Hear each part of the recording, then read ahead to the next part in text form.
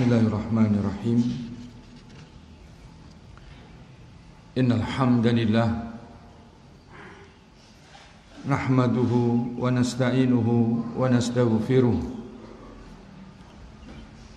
na'udzu billahi min shururi anfusina wa min sayyiati a'malina.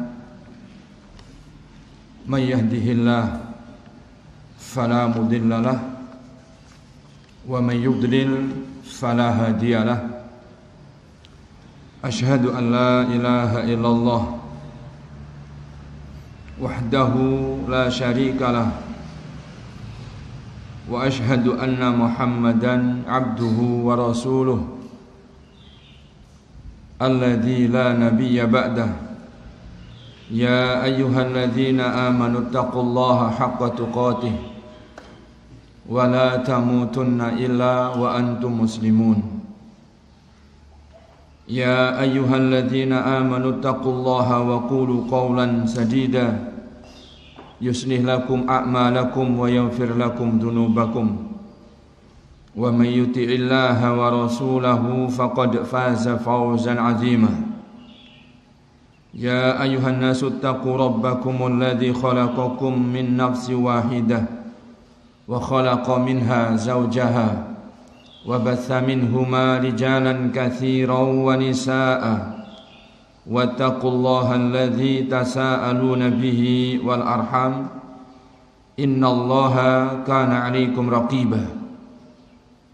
Amma ba'du fa inna asdaqal kalami kalamullah wa khairal huda huda Muhammadin sallallahu alaihi wasallam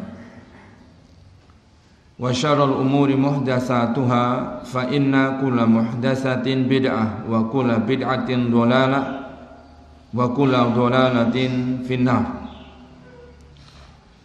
Masyiral muslimin, para bapak, para ibu, para ikhwan, para akhwat, para hadirin, para hadirat, para jamaah sekalian rahimakumullah.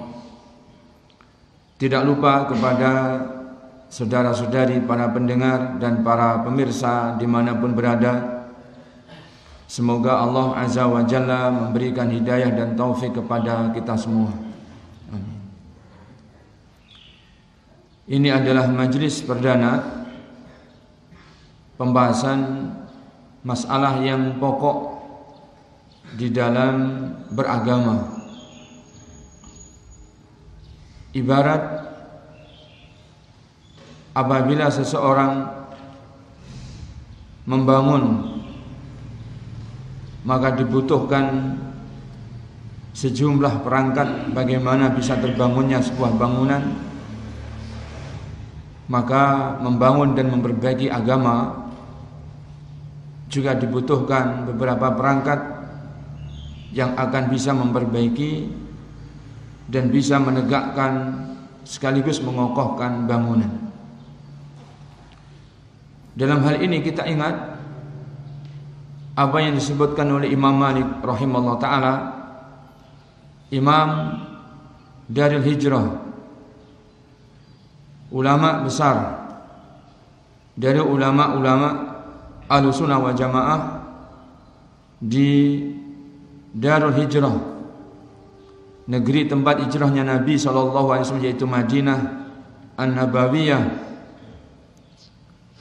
Dalam kalimat mas yang beliau pernah sebutkan, Imam Malik rahimahullah ta'ala berkata, ma yuslihu akhirah hadhihi al-ummah illa ma aslaha awwalaha. Tidak akan ada sesuatu yang bisa memperbaiki kondisi akhir umat ini, melainkan sesuatu yang pernah memperbaiki generasi awalnya umat ini. Kalimat yang begitu indah, pesan dari seorang ulama sunnah yang tinggal di negeri sunnah, bahkan tinggal di negeri Nabawi. Al-Imam Malik rahimahullah ta'ala berpesan bahwa barang siapa dari umat yang datang ingin memperbaiki agamanya, maka perangkat, maka sarana apapun yang akan digunakan untuk memperbaiki dan membangun agama itu tidak akan menuai keberhasilan, kecuali sarana dan perangkat yang dahulu pernah telah memperbaiki dan membangun generasi umat yang pertama. Demikian pula para ulama salaf berpesan bagaimana hendaknya kita memperhatikan apa yang telah ada di masa atau di generasi yang pertama dahulu. Abdullah ibnu Mas'ud radhiyallahu taala anhu berpesan agar kita memperhatikan benar apa yang telah diwariskan oleh para salaf dahulu sebagai sarana, sebagai perangkat untuk memperbaiki agama kita bagi umat yang datang setelah mereka. Beliau rahimahullah ta'ala radhiyallahu anhu mengatakan, ittabi'u wa la tabtadi'u faqad kufitum. Bagi kalian wahai kalangan umat yang datang setelah generasi yang pertama, apabila kalian ingin memperbaiki agama kalian, ingin membangun agama kalian, maka cukup bagi kalian ittiba saja. Maka jadikanlah sarana perangkat yang dahulu pernah para salaf gunakan untuk memperbaiki dan untuk membangun agama, seperti itu pula jadikan perangkat kalian dan sarana kalian untuk membangun agama kalian. Wala tabtadi'u, jangan mengada-adakan perkara yang baru. Jangan mengada-adakan perkara yang baru. Jangan mengada-adakan perangkat atau sarana yang baru di dalam konsep membangun agama, di dalam metode membangun agama. Karena kata beliau, faqad kufitum, karena sungguh kalian telah dicukupkan. Sungguh kalian telah dicukupkan dengan apa yang ditinggalkan oleh para salaf semata, sudah cukup. Karena perlu kita ingat, bangunan agama ini berbeda dengan bangunan fisik. Bangunan agama ini berbeda dengan bangunan yang sifatnya membangun peradaban. Kalau peradaban yang itu adalah terkait dengan kemajuan, kata orang bahwa semakin tua usia zaman maka semakin maju peradaban, maka ini lepas dari bangunan agama. Maka berbeda membangun fisiknya dunia dengan membangun agama. Kalau bagaimana membangun fisiknya dunia, maka sungguh sarananya, perangkatnya yang harus dipersiapkan. Semakin bertambah usia dunia ini, maka semakin membutuhkan sarana dan perangkat, dan bahkan semakin ada kemajuan, semakin canggih pula sarana dan perangkat untuk pembangunan. Akan tetapi agama ini perkara yang seseorang sudah disempurnakan dan dicukupkan. Yang membangun agama adalah para nabi dan rasul. Tugasnya membangun agama umat, memperbaiki agama umat adalah tugasnya para nabi dan rasul. Dan tugas para nabi dan rasul sudah paripurna dan sudah sempurna, sehingga apabila agama ini sudah sempurna, sudah paripurna, manusia atau umat yang datang setelah sempurna paripurnanya tugas visi misi para rasul, kewajibannya adalah bagaimana menjalankan agama yang sudah sempurna, yang sudah paripurna tersebut. Begitulah agama. Apa yang sudah dahulu pernah dibangun oleh para nabi dan rasul,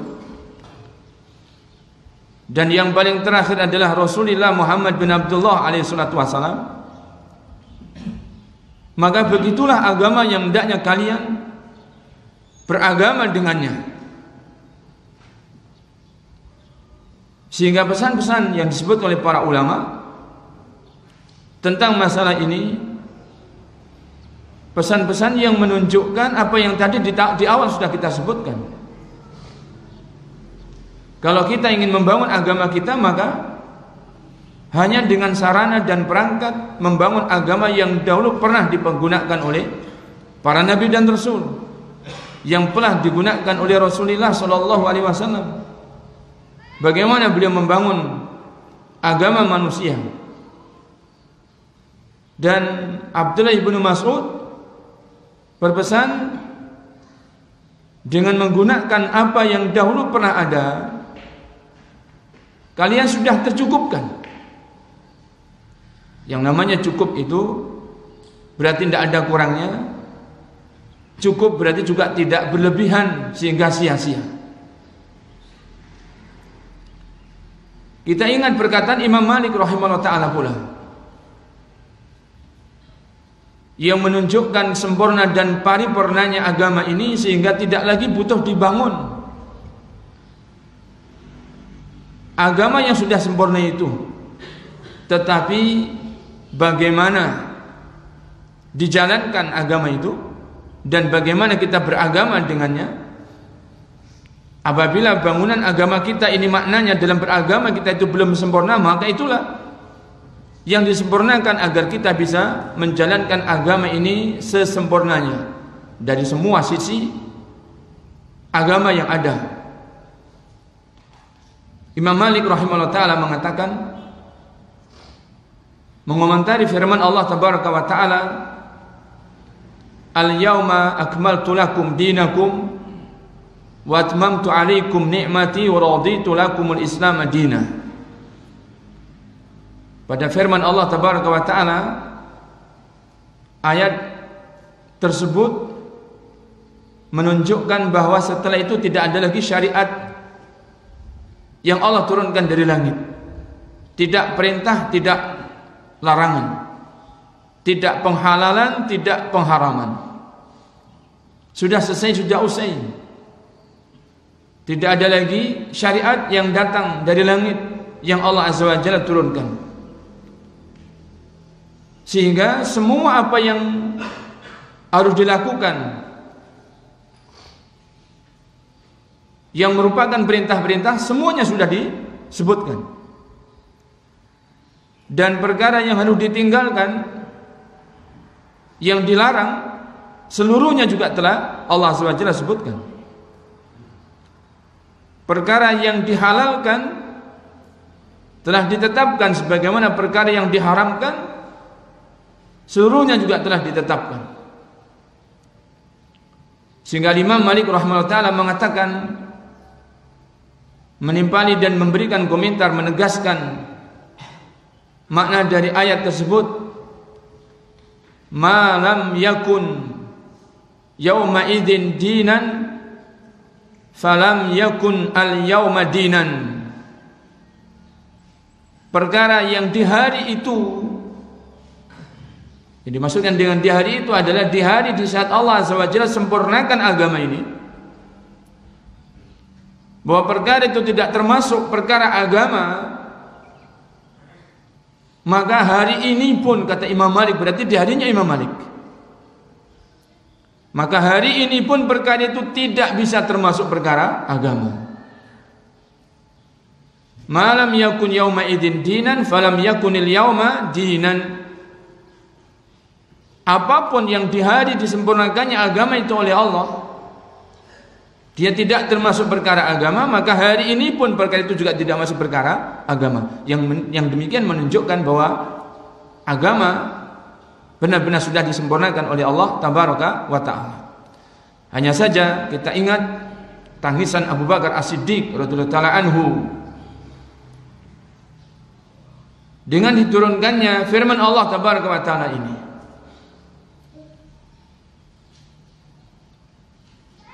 Yang seharusnya bergembira, seharusnya ada sukacita. Tapi justru Abu Bakar As-Siddiq menangis dengan diturunkannya firman Allah SWT ini. Sementara kalangan Yahudi iri karena di dalam ajaran yang mereka pernah dapatin tidak ada ayat yang seperti itu. Di dalam Taurat, di dalam Zabur tidak Allah SWT turunkan firman yang seperti itu. Sehingga kalangan orang Yahudi ketika mereka mendapatkan pengkhabaran dan berita-berita dari kalangan para sahabat bahwa telah diturunkan firman Allah SWT yang maknanya seperti itu tadi, al-yawma akmaltu lakum dinakum wa atmamtu alaikum ni'mati wa raditu lakum al-islam dinan. Mereka iri dengan kaum muslimin, sehingga mereka mengatakan seandainya ayat yang seperti ini diturunkan di agama kami, niscaya hari diturunkannya ayat itu akan kami jadikan hari raya yang kami rayakan setiap tahunnya. Begitu kalangan Yahudi berpandangan.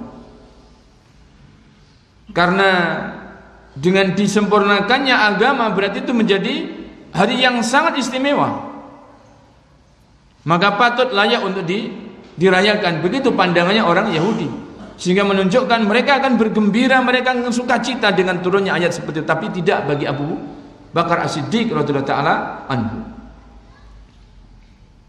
Abu Bakar As-Siddiq radhiyallahu ta'ala anhu menangis ketika ditanyakan, kenapa kau menangis wahai Abu Bakar As-Siddiq? Padahal Allah SWT menyempurnakan agama ini dan menyempurnakan nikmatnya ini. Abu Bakar As-Siddiq mengatakan, yang saya tahu tidaklah ada kesempurnaan melainkan setelahnya akan muncul kemerosotan-kemerosotan.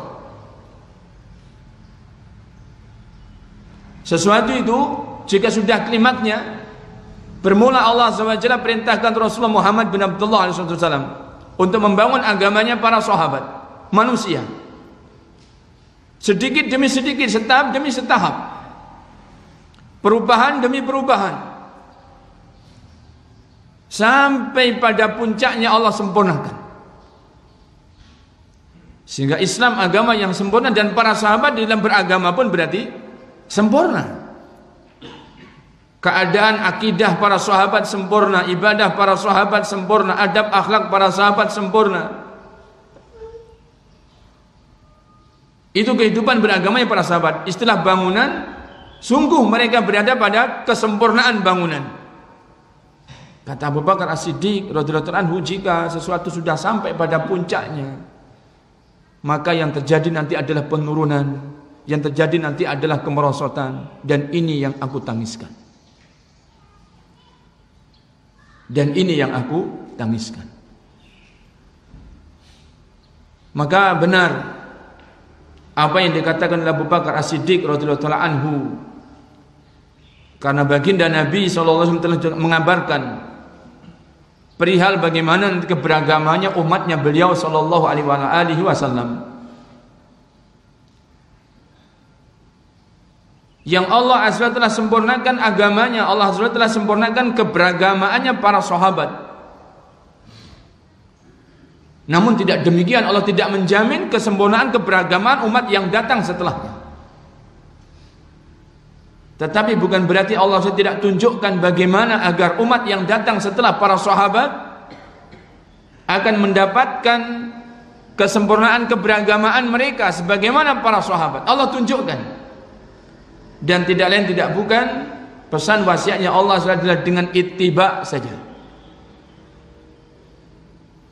Umat yang datang setelah para sahabat, keberagamaan mereka, akidahnya, ibadahnya, adab akhlaknya, muamalahnya, mereka akan menjadi orang-orang yang agamanya sebagaimana para sahabat, mendapatkan kebaikan-kebaikan.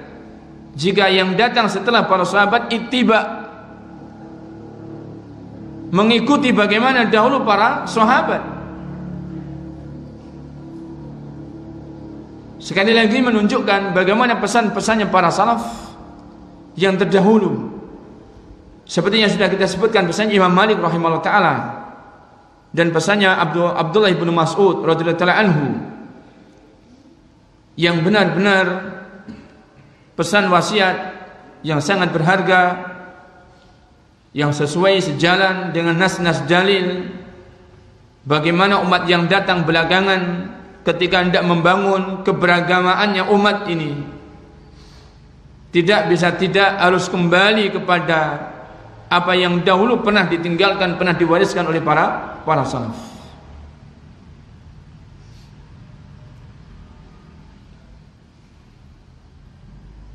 Sehingga para salaf menyimpulkan kullu khairin fi ittiba'i man salaf wa kullu syarrin fi ibtida'i man khalaf. Kalau Anda ingin mendapatkan kebaikan, maka kebaikan dan seluruh kebaikan itu ada pada ittiba saja Anda kepada siapa yang telah terdahulu, yaitu para salaf.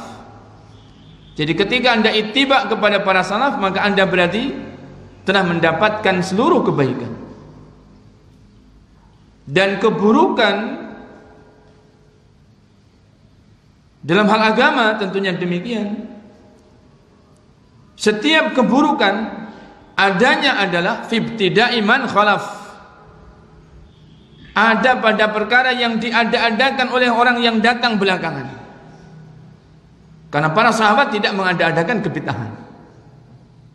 Para sahabat tidak mengada-adakan bid'ah. Bid'ah itu diada-adakan oleh orang-orang yang datang belakangan. Para sahabat tidak mengada-adakan bid'ah. Sehingga para salaf menyimpulkan dengan nas-nas dalil yang ada, jika kita ingin mendapatkan kebaikan, seluruh kebaikan, semua kebaikan itu ada pada ittiba kepada siapa yang telah mendahului kita, para salaf. Dan jika kita ingin tahu apa itu keburukan, apa itu kejahatan dalam beragama, maka itu ada pada ibtida'i man khalaf, apa yang diadakan oleh orang yang datang belakangan. Maka itu adalah keburukan di dalam beragama. Kaum muslimin, para bapak, para ibu, para ikhwan, para akhwat, rahimani wa rahimakumullah. Sekilas masalah pentingnya mempelajari manhaj, bagaimana sistem, bagaimana metode di dalam kita beragama. Bahwa manhaj ini adalah perkara yang menentukan bangunan agama seseorang. Apakah rusak bangunannya? Apakah akan baik bangunannya? Apakah dia membangun tetapi justru membuat kerusakan yang banyak? Sudah buang energi, buang waktu, buang tenaga, buang materi dan lain-lain, tapi tidak menjadi bangunan kecuali menjadi rusak bangunan tersebut. Atau seseorang ini membangun setahap demi setahap, tetapi pasti akan terkumpul materi-materi, kemudian dia akan susun dan akan dia bangun dan benar-benar menjadi bangunan yang tertata.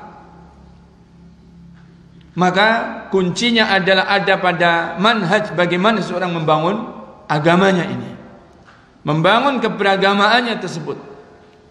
Kuncinya ada pada manhaj ini. Dan manhaj itu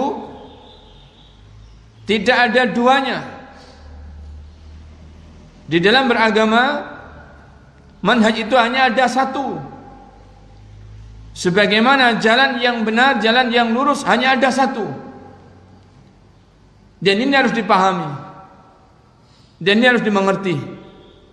Berarti tidak ada manhaj yang bercabang, tidak ada manhaj yang mendua, tetapi manhaj adalah satu.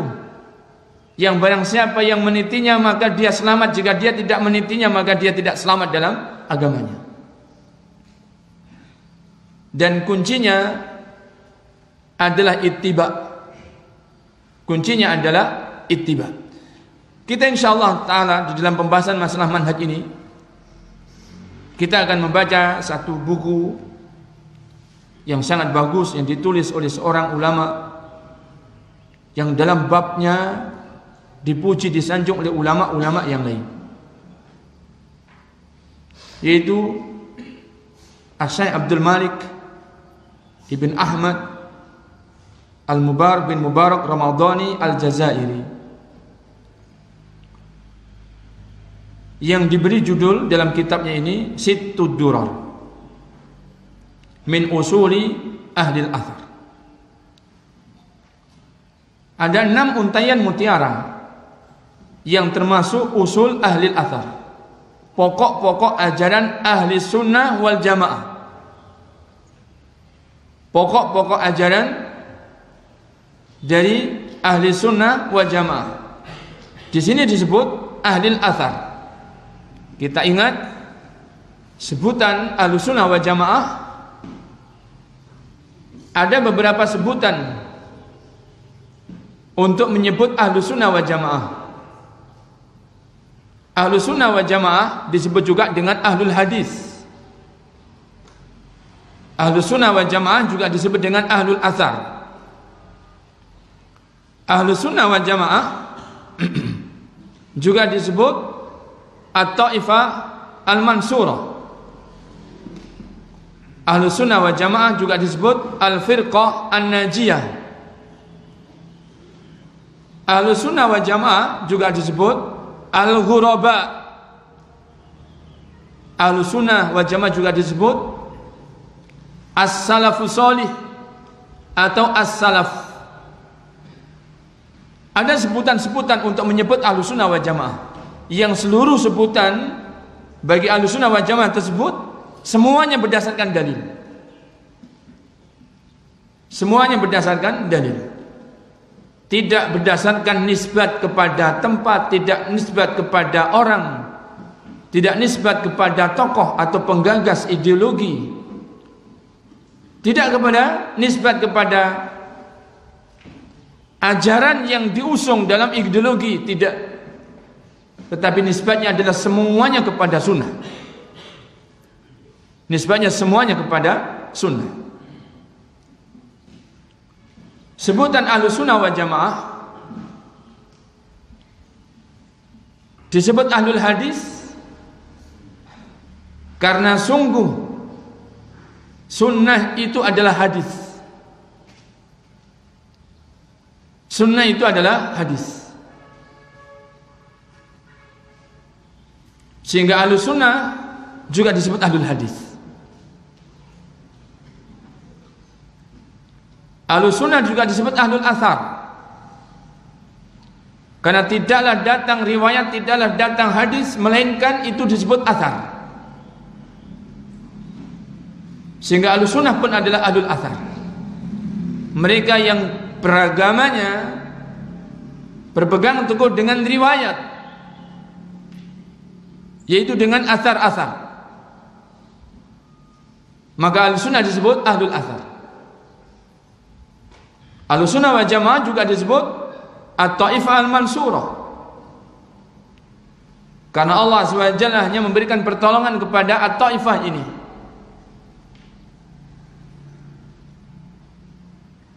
La tazalu ta'ifatun min hadhil ummah zahirina 'alal haqq la yadhurruhum man khadalahum wala man khalafahum hatta ya'tiya amrullah wa hum kadzalik. Akan senantiasa ada dari umatku ini sekelompok yang dia di atas kebenaran, mereka nampak menang. Siapa yang tidak menelantarkan mereka tidak bakal membahayakan mereka. Manusia yang menyelisih mereka juga tidak bakal membahayakan mereka. Kenapa begitu? Karena Allah yang menolong mereka. Allah SWT yang menolong mereka. Sampai tegaknya hari kiamat mereka tetap seperti itu. Allah SWT menyebutkan melalui lisannya Rasul SAW demikian. Sehingga maknanya bahwa Ahlussunnah wal Jamaah itu ditolong oleh Allah SWT, sehingga mereka zahirina alal haq. Mereka menang di atas al-haq ini. Sehingga mereka Ahlussunnah wal Jamaah disebut dengan at-Taifah al-Mansur. Ahlussunnah wal Jamaah disebut al-firqah an-najiyah, golongan yang selamat. Bagaimana mereka disebut dengan al-firqah an-najiyah? Allah SWT menyelamatkan satu kelompok ini, sedangkan yang lainnya tidak diselamatkan. Dan hakikat selamat adalah selamat dari neraka. Hakikat selamat adalah selamat dari neraka dan dimasukkan ke dalam syurga. Dalam hadis iftiraqul ummah, Rasulullah telah mengkhabarkan, iftaraqatil yahudu ala 71 firqatan, wa iftaraqatin nasara ala 72 firqatan, wa sataftariqu hadhihi al-ummah ila 73 firqatan, kulluha finnar illa wahidah, wa hiya al-jamaah. Yahudi telah berpecah belah menjadi 71 kelompok. Nasrani telah berpecah belah menjadi 72 kelompok. Dan umatku ini niscaya akan berpecah belah menjadi 73 kelompok. Seluruhnya ke neraka, kata Rasulullah SAW menyebutkan. Berarti seluruhnya tidak selamat. Ila wahidah, kecuali satu. Kecuali satu berarti ini yang selamat. Siapa itu? Wahya al-jamaah, yaitu al-jamaah. Sehingga Ahlussunnah wal Jamaah disebut al-firqah an-najiyah, kelompok yang selamat, golongan yang selamat adalah Ahlussunnah wal Jamaah. Ahlussunnah wal Jamaah juga disebut al-ghuraba, karena begitulah mereka adalah orang-orang yang ghuraba di dalam beragama. Rasulullah SAW memuji orang-orang yang ghuraba di dalam beragama. Di dalam hadis yang diriwayatkan oleh Imam Bukhari dan juga Imam Muslim, Rasulullah bersabda, innal islama bada'a ghariban wa sayaudu ghariban kama bada, fatuba lil ghuraba. Islam dahulu bermula asing, dan niscaya kelak akan kembali asing sebagaimana permulaannya. Maka bahagialah orang-orang yang asing. Bahagialah orang-orang yang asing. Siapa orang asing itu? Bule.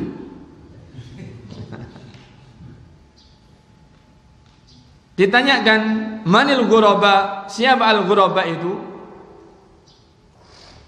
Unasun qalilun fi unasin su'in kathirin, man ya'sihim aktsaru mimman yuti'uhum. Orang yang disebut ghuraba adalah sekelompok manusia yang jumlahnya sedikit, minoritas mereka. Di tengah-tengah manusia yang banyak yang mayoritas. Dan yang mayoritas ini jelek, rusak agamanya.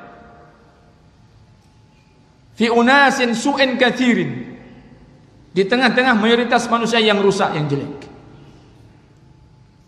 Man ya'sihim aktsaru mimman yuti'uhum. Sifatnya orang-orang ghuraba, orang yang patuh kepada seruannya orang-orang ghuraba ini lebih sedikit ketimbang orang-orang yang tidak patuh sehingga menyelisih seruannya al-ghuraba ini. Menunjukkan al-ghuraba adalah orang-orang yang teguh di atas agamanya. Mereka adalah minoritas. Di dalam riwayat yang lainnya, ketika ditanyakan manil ghuraba, alladzina yuslihuna idza fasadan nas. Al-ghuraba adalah orang-orang yang memperbaiki kondisi manusia, agamanya maksudnya. Orang-orang yang memperbaiki kondisi agamanya manusia. Kapan itu? Idza fasadan nas, tatkala manusia agamanya sudah rusak. Mereka adalah al-ghuraba.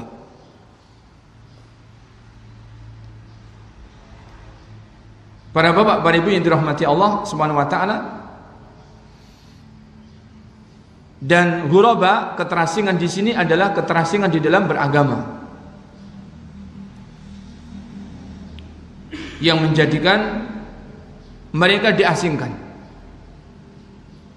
Kita ingat dahulu para sahabat, keterasingan yang mereka dapati karena keterasingan agama. Tidak ada perubahan mereka dalam kehidupan. Hanya mereka itu menjadi lebih baik. Bahkan mereka menjadi baik karena mereka beragama yang benar, setelah sebelumnya mereka tidak beragama yang benar. Awalnya mereka menyembah berhala. Awalnya mereka itu mempertuhankan selain Allah. Awalnya mereka itu minum khamr. Awalnya mereka itu senang membunuh. Awalnya mereka itu senang mencela dan seterusnya, perbuatan-perbuatan jahiliyah. Tapi Islam datang, mereka diperbaiki oleh Rasulullah SAW dengan agama, maka tampillah mereka menjadi orang-orang yang asing. Pada kehidupan mereka tetap mereka berjualan, mereka berdagang, mereka bekerja, mereka macam-macam. Tetap tidak ada perubahan. Tapi mereka disebut sebagai al-ghuraba. Jadi ghuraba itu ada yang pertama ghuraba, dan yang akhir-akhir nanti juga ghuraba. Para sahabat adalah ghuraba, yaitu ghuraba yang awal, yang pertama. Dan mereka menjadi asing karena agamanya. Maka ini harus dipahami. Jadilah ghuraba yang benar. Perubahan terjadi pada agama,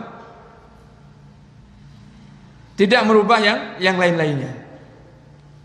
Yang tadinya bekerja. Jangan yang tadinya bekerja kemudian begitu ngaji nggak bekerja.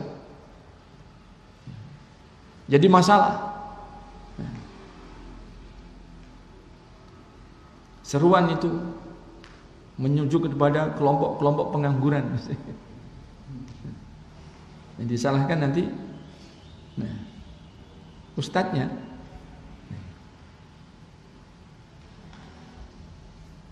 Jadi yang berubah, yang menjadi asing adalah agamanya. Akidahnya menjadi berbeda, keyakinannya menjadi berbeda. Mereka memiliki tauhid. Amalan-amalannya mereka adalah berbeda karena mereka memiliki agama yang benar. Semuanya adalah amal-amal solih. Muamalah mereka berbeda karena mereka memiliki agama. Mereka hanya melakukan yang halalan thayyiban, kasban, upaya dan usaha yang dilakukan juga demikian, dan juga hasilnya mereka hanya ambil yang halalan thayyiban. Dalam bermuamalah mereka menjadi orang-orang yang paling baik akhlaknya. Begitu sehingga mereka benar-benar menjadi asing. Kok ada orang seperti ini? Nah, di saat orang jahat mulutnya, di saat orang itu jahat perbuatannya, kok ada orang-orang begini? Nah, asing mereka para sahabat. Kok ada? Nah, Umar yang tadinya begitu kok menjadi begini? Asing. Karena perubahan-perubahan yang terjadi pada agama mereka itu begitu kentara, sehingga mereka orang-orang yang zahir, orang-orang yang nampak, orang-orang yang dimenangkan oleh Allah SWT di dalam beragama. Sekitar masalah sebutan Ahlussunnah wal Jamaah dengan beberapa sebutan. Yang terakhir, Ahlussunnah wal Jamaah disebut as-salafus shalih atau disebut dengan as-salaf. Maka mereka adalah Ahlussunnah wal Jamaah. Syekhul Islam di abad kita ini, itu Syekh Abdul Aziz bin Abdullah bin Baz rahimahullah ta'ala. Saya katakan beliau adalah Syekhul Islam, mengikuti sejumlah ulama yang menyebut beliau adalah Syekhul Islam di zaman ini rahimahullah ta'ala.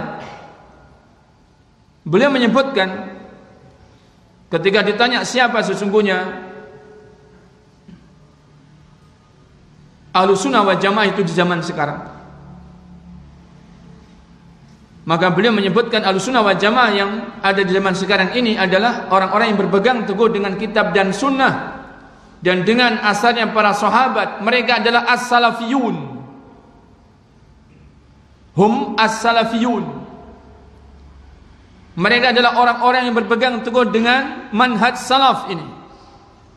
As-salafiyun, mereka itulah orang-orang Ahlussunnah wal Jamaah. Menunjukkan bahwa sejumlah ulama di zaman belakangan pun menyebut dan membenarkan istilah as-salaf, as-solih atau as-salaf untuk menyebut Ahlussunnah wal Jamaah, dan bahwa orang-orang yang berada di atas manhaj salaf yang mereka disebut apabila sendirian namanya salafi, apabila mereka berdua maka disebut salafiyani, kalau mereka jumlahnya banyak maka mereka salafiyun. Sehingga ini adalah perkara yang tidak ada kemungkarannya, perkara yang sah, perkara yang diterima dari generasi ulama menuju generasi ulama yang berikutnya sampai para ulama di hari kita sekarang ini. Ini sekitar masalah ahlul athar. Disebut sittu durar min usuli ahlil athar. Ada 6 untaian mutiara di antara pokok-pokok ajaran ahli athar. Berarti ajaran Ahlussunnah, ajaran at-Taifah al-Mansurah, ajaran al-Firqah an-Najiyah, ajaran ahlul athar, ajaran al-Ghuraba, ajaran salaf. Berarti pokok-pokok di antara pokok dakwah salafiyah.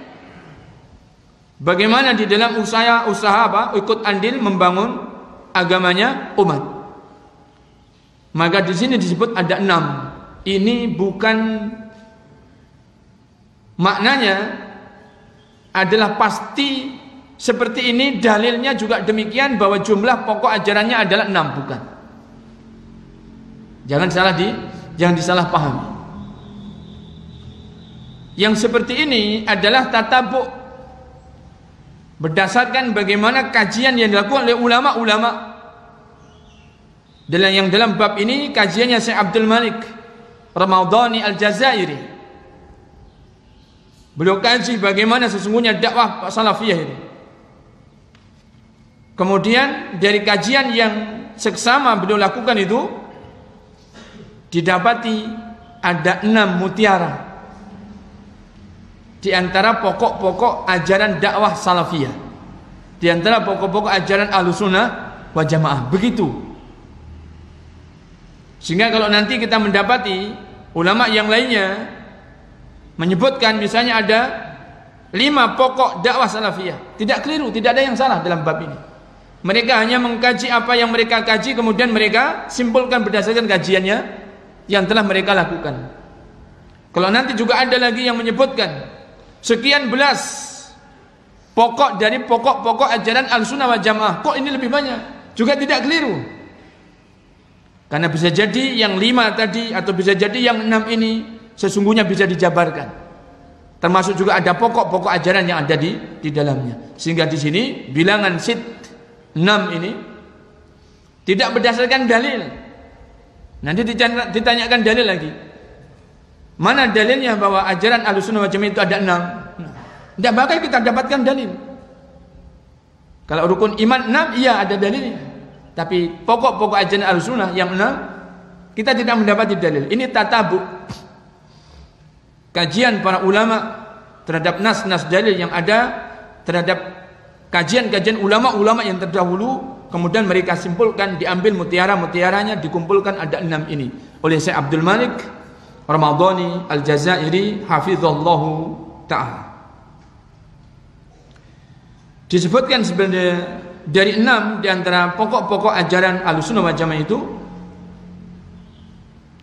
yang pertama at-thariqu ilallahi wahidun. Di situ kurang. Sebenarnya tidak kurang penegasan di situ.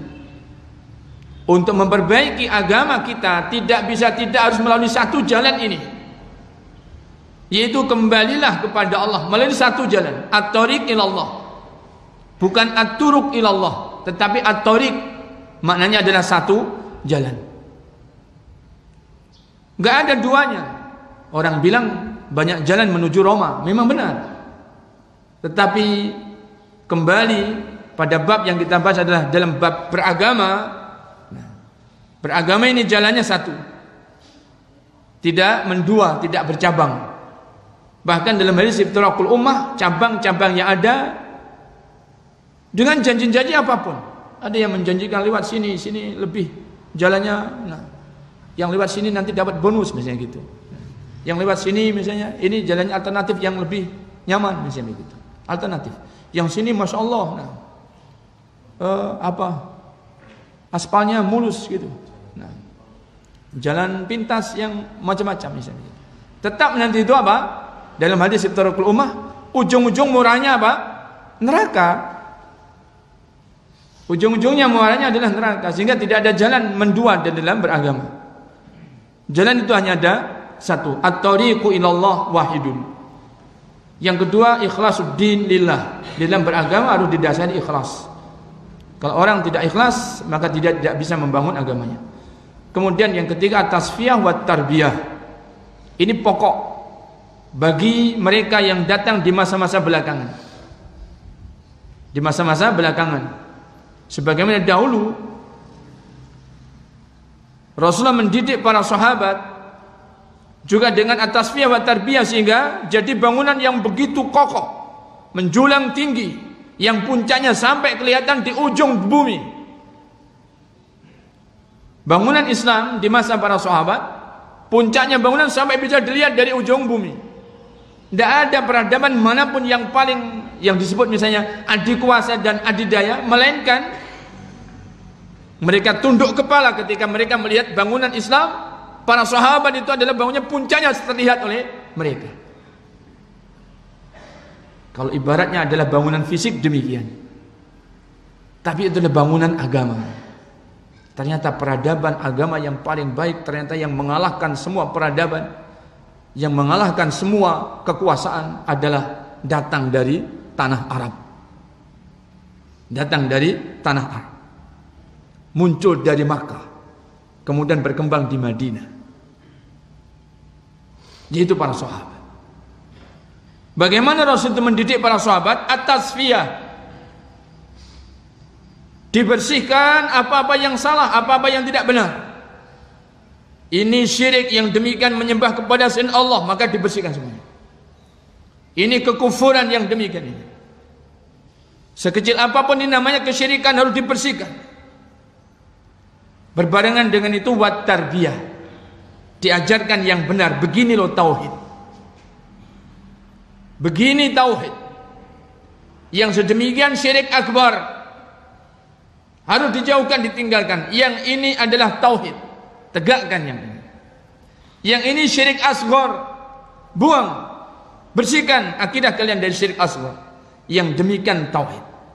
Maka jangan meremehkan syirik asghar. Syirik asghar harus ditasfiyah, meskipun dia itu asghar, syirik kecil. Karena dahulu para sahabat, bangunan agama mereka menjadi tegak dengan ditasfiyah akidah mereka, tauhid mereka. Dan tasfiyah itu para bapak, para ibu yang dirahmati Allah SWT, meliputi semua sisi, semua segi dalam agama kita.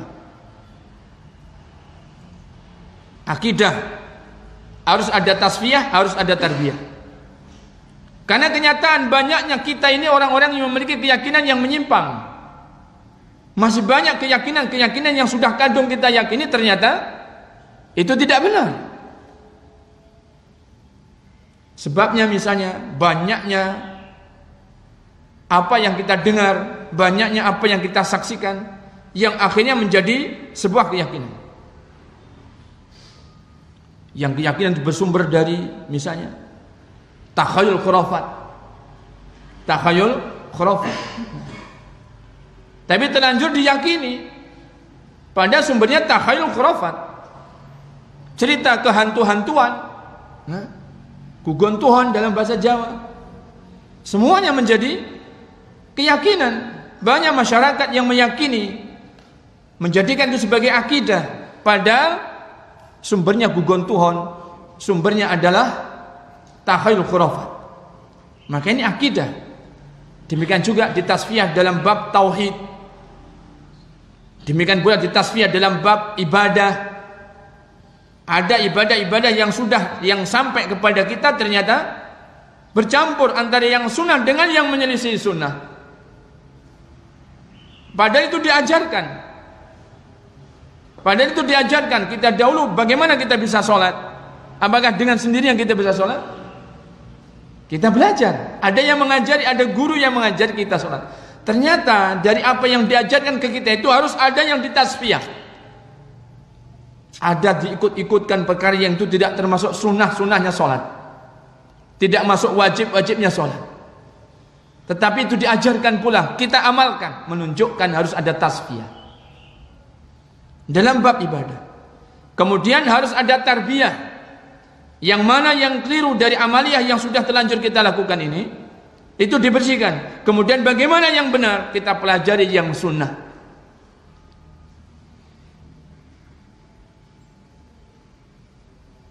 Sejumlah ustadz kita, mereka benar-benar merasa nikmat berada di atas manhaj salaf, berada di atas dakwah salafiyah ketika mereka mengkaji kitab sifat salat Nabi. Di sana didapatkan tasfiyah dan tarbiyah luar biasa. Selama ini bagaimana salatnya kita? Maka ditasfiyah dan ditarbiyah dengan kitab sifat salat Nabi. Dibimbing kita itu satu persatu dengan dalil, satu persatu dengan dalil. Mana-mana yang dikoreksi, dikoreksi juga dengan dalil. Maka banyak sejumlah ustadz-ustadz kita itu merasa nyaman, merasa kenal lebih dekat, berada di atas manhaj salaf, mengenal dakwah salafiyah dari kitab sifat salat Nabi. Saya menganjurkan kepada para jemaah, miliki kitab ini. Sungguh itulah kitab kajian yang Masya Allah, yang sangat mendalam, kajian yang sangat luas. Bagaimana sifat salat yang wajib atau yang harus kita lakukan di dalam salat kita. Kitab sifat salat Nabi. At-tasfiyah wa tarbiyah dalam bab ibadah. Kemudian puasa juga demikian. Harus ada tasfiyah dan tarbiyah. Termasuk juga muamalah. Muamalah. Transaksi-transaksi yang enggak lagi syar'i. Disebutkan ada transaksi yang ada sebutannya baru. Nah, yang inilah sebutannya sampai kita enggak paham. Kecuali harus khusus bahasa Inggris dulu baru paham. Lah habis waktu kita khusus bahasa Inggris. Saya dulu khusus bahasa Inggris. Targetnya seharusnya program 3 bulan. Baru masuk 3 kali sudah nggak boleh masuk lagi sama guru saya. Kamu nggak usah ikut khusus bahasa Inggris. Saya nggak bisa ngajar kalau kamu ikut. Alasannya gitu, gurunya bahasa Inggris. Akhirnya saya nggak lanjutkan. Karena banyak sekarang itu akad-akad yang ini dimasukkan juga kepada kaum muslimin, dipaksakan untuk mereka kaum muslim juga ikut apa? Jatuh atau ikut melakukan transaksi-transaksi tersebut, akad-akad tersebut. Dengan istilah-istilah yang Masya Allah banyak sekali. Ini harus ada tasfiyah. Kemudian ditarbiyah, bagaimana akad-akad transaksi-transaksi yang baik, yang benar menurut syariat. Termasuk juga adab dan akhlak. Juga butuh tasfiyah dan tarbiyah. Bagaimana tuh akhlak yang baik? Bagaimana tuh adab yang baik? Bagaimana tuh zuhud itu? Bagaimana tuh orang itu wara' itu? Bagaimana yang sebenarnya dan mana-mana yang salah? Apakah zuhud itulah orang yang harus melakoni, misalnya begitu? Yang meninggalkan ini dia harus menyendiri. Apakah seperti ini? Bagaimana melembutkan akhlak? Apakah harus dengan cara seperti itu? Atau ada metode yang benar bagaimana yaitu beradab dan berakhlak? Ini harus ditasfiyah. Bahkan dalam bab sejarah sirah Rasul, barangkali sekedar sirah orang menganggap begitu, tetapi harus diketahui dalam sirah pun harus ada tasfiyah. Karena banyak disusup-susupkan, banyak diselip-selipkan. perkara-perkara yang tidak termasuk bagian dari sirah diselip-selipkan dalam bab sirah, sehingga kaum muslimin pun tidak lagi paham tentang sirahnya dengan paham yang benar. Harus ada tasfiyah dan tarbiyah, dan semua sisi dari kehidupan beragama harus ada tasfiyah dan tarbiyah. Kemudian nailu su'dud bil ilm. Kalau kita ingin mendapatkan kejayaan kembali Islam ini, tidak bisa tidak harus bil ilm. Harus ada taklim, harus ada yang mengajarkan dan harus ada yang diajari. Ini prosesnya untuk mendapatkan kejayaan kembali kaum muslimin dan Islam itu sendiri. Kemudian pokok yang kelima adalah ittiba'ul kitab was sunnah ala fahmi salafis shalih. Ini yang penting.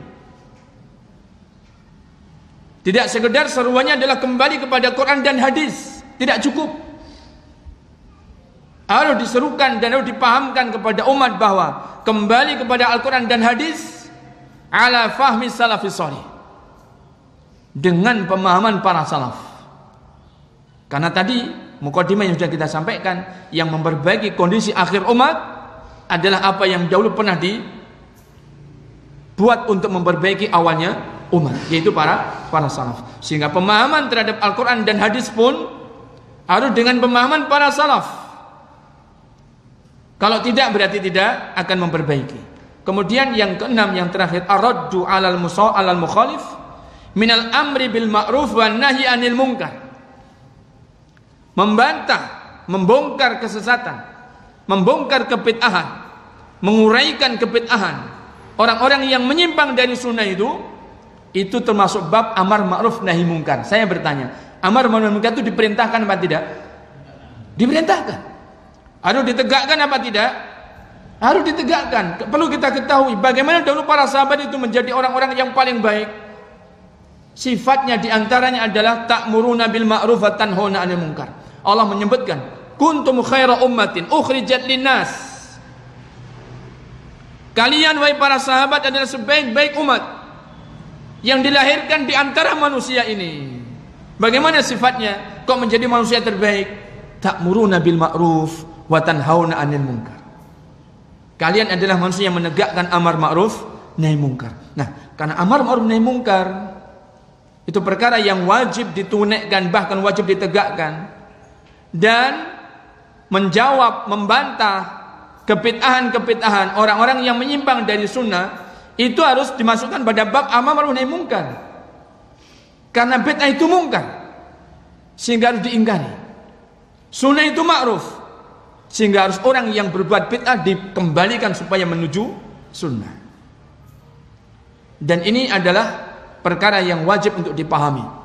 Karena jika ini tidak dipahami, akhirnya ada semacam tidak ditegakkannya amar ma'ruf nahi munkar dalam bab menyelisih kebid'ahan-kebid'ahan yang ada, berarti ada toleransi yang kebablasan. Akhirnya ada toleransi yang kebablasan. Sehingga tidak ditegakkan amar ma'ruf nahi munkar. Ini sekitar muqaddimah dari pembahasan kitab Situd Durar min Usuli Ahlil Athar. Insyaallah taala yang kita akan bacakan bertahap, setahap demi setahap di pertemuan-pertemuan pengajian kita yang akan datang. Mudah-mudahan Allah SWT memberikan faedah yang banyak kepada kita dengan niat yang baik pada kita semuanya. Wallahi kita tidak boleh berniat keliru tentang masalah ini. Kita ingin memperbaiki agama kita.